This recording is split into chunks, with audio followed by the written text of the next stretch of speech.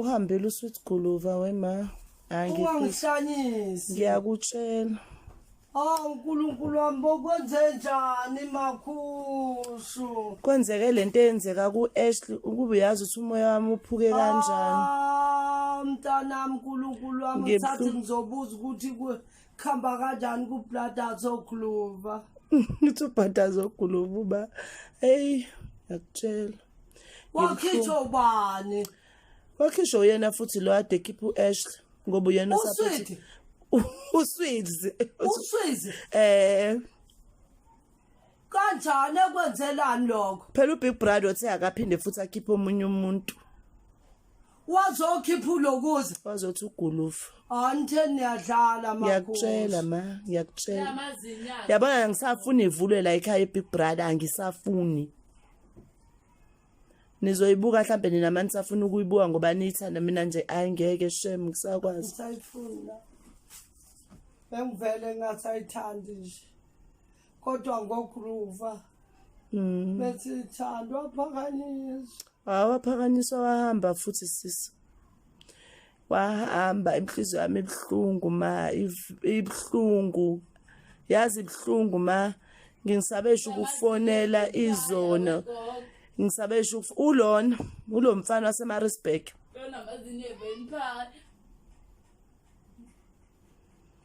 Hayi ngibhlungu ma.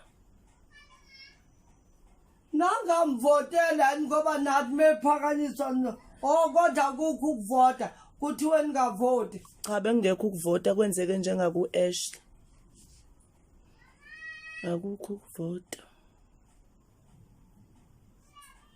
Andizolo nje. Ungakhali ma. Ungakhali sisi. Nathi sikhalile kwadlula ungakhali. Asimcelele nje ukuthi uNkulunkulu abe naye. Ungakhali. Abe naye nini ngathi uthola le mali engathi uthola amavoti akhe.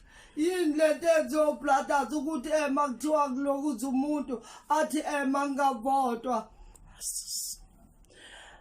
Sazi Nkosi ma sazi mina ngiyahluleka nje. Ungakhali salukazi ungakhali.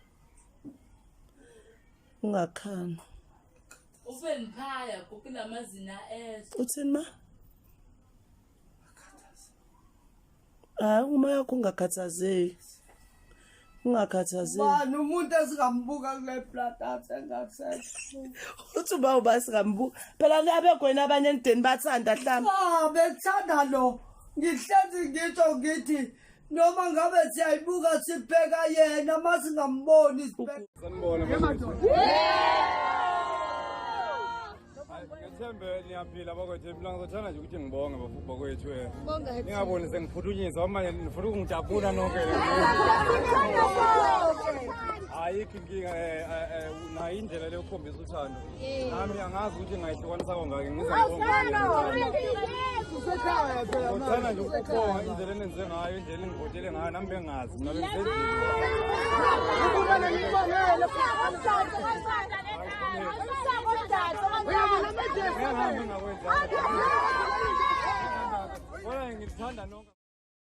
Everyone, welcome back to Sunny Direction. Thank you so much, guys, for tuning in. Well, guys, I'm back again with the Mzansi Celebrity Stories, and I'm trying to khuluma ngoSweet Guluva. Guys, niyayibona ke indaba ke kaSweet Guluva nogogo bakithi. Nangu ugogo kowatrend laphana ke especially ku TikTok owayekade ekhala ngokuthi uSweet Guluva ukhishiwe.